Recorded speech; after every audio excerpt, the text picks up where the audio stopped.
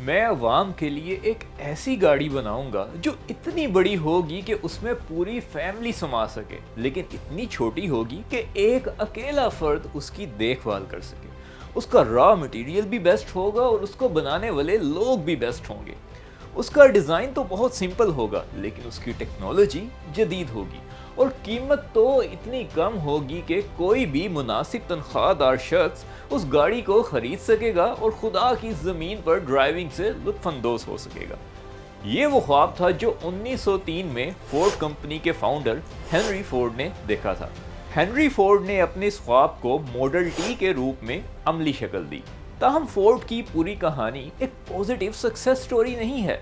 آخر ایسا کیا ہوا کہ 1914 میں امریکہ کی 50% گاڑیاں بنانے والی کمپنی فرسٹ موور ایڈوانٹیج اور اپنے کمپیٹیٹرز پر غیر معمولی سبقت رکھنے کے باوجود 1931 تک اپنے مارکیٹ شیئر میں 50% سے 28% تک آ گئی۔ اس کی بنیادی وجہ تھی ہنری فورڈ کا نیگیٹو لیڈرشپ سٹائل۔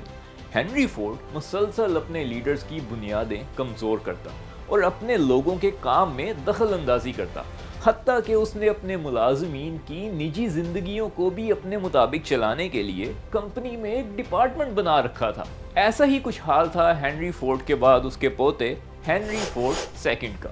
جیسے ہی کسی عہدے دار کے اختیار اور انفلوئنس میں اضافہ ہوتا، ہنری فورڈ سیکنڈ اسے کسی کم بااختیار عہدے پر لگا دیتا اور اس کے ماتحتوں کو اس کے خلاف سپورٹ کرتا۔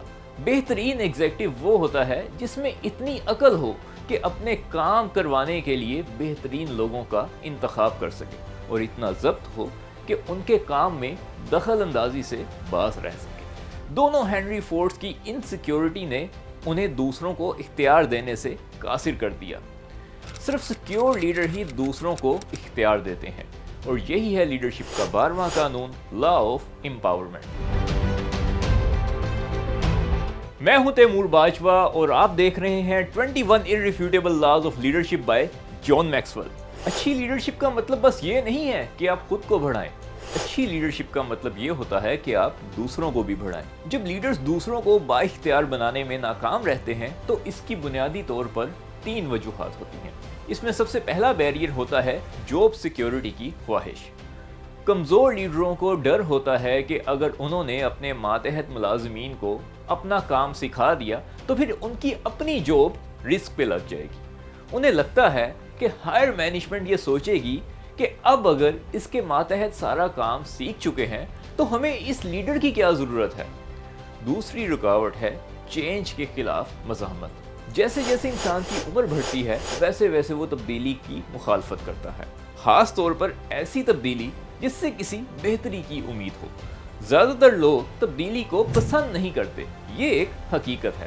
تاہم ایک لیڈر کی اہم ترین ذمہ داریوں میں سے ایک یہ ہے کہ اپنے ادارے کو مسلسل بہتر بناتا رہے۔ تیسری رکاوٹ ہے عزت نفس کا فقدان۔ اپنے بارے میں بہت زیادہ کانشیس رہنے والے لوگ بھی اچھے لیڈر نہیں بن سکتے، کیونکہ ان کا فوکس خود پر ہوتا ہے۔ انہیں یہ پریشانی رہتی ہے کہ وہ کیسے لگ رہے ہیں، دوسرے ان کے بارے میں کیا سوچ رہے ہیں، انہیں پسند کیا جا رہا ہے یا نہیں۔ وہ دوسروں کو بااختیار اسی لیے نہیں بناتے کیونکہ انہیں یہ لگتا ہے کہ ان کے تو اپنے پاس کوئی اختیار نہیں ہے، تو جب ایک چیز خود ان کے پاس نہیں ہے تو وہ دوسروں کو کیسے دے سکتے ہیں۔ بڑے بڑے کام تب ہوتے ہیں جب آپ کو اس بات کی پرواہ نہ ہو کہ اس کا کریڈٹ کس کو ملے گا، لیکن عظیم ترین کام صرف اسی وقت ہوتا ہے جب آپ دوسروں کو کریڈٹ دیتے ہیں۔ لیڈرشپ کے دوسرے قانون، لا آف انفلوئنس میں ہم نے دیکھا تھا کہ ابراہم لنکن بطور لیڈر کیسے لوگوں کو انفلوئنس کر کے تاریخ کا ایک عظیم ترین لیڈر بنا۔ Abraham Lincoln law of empowerment کو امپلیمنٹ کرنے میں اتنا ہی کنسسٹنٹ تھا جتنا کہ ہنری فورڈ اس کو توڑنے میں۔ لنکن کے فوجی جنرل جب بھی اچھی کارکردگی کا مظاہرہ کرتے تو لنکن انہیں کریڈٹ دیتا، اور جب ان کی کارکردگی خراب ہوتی تو لنکن اس کی ذمہ داری اپنے سر پہ لیتا۔ اب دوسروں کو بااختیار بنانے کے لیے یہ ضروری نہیں ہے کہ آپ بھی ابراہم لنکن کے پائے کے لیڈر ہوں۔ دوسروں کو امپاور کرنے کے لیے یہ ضروری ہے کہ آپ لوگوں پر اعتماد کریں۔ اگر آپ دوسروں پر یقین رکھیں گے تو وہ بھی خود پر یقین رکھنا شروع کر دیں گے۔ دوسروں کو نیچا کرنے کے لیے آپ کو خود بھی نیچا ہونا پڑتا ہے، اور دوسروں کو بڑا بنانے کے لیے آپ خود بھی بڑے ہوتے ہیں۔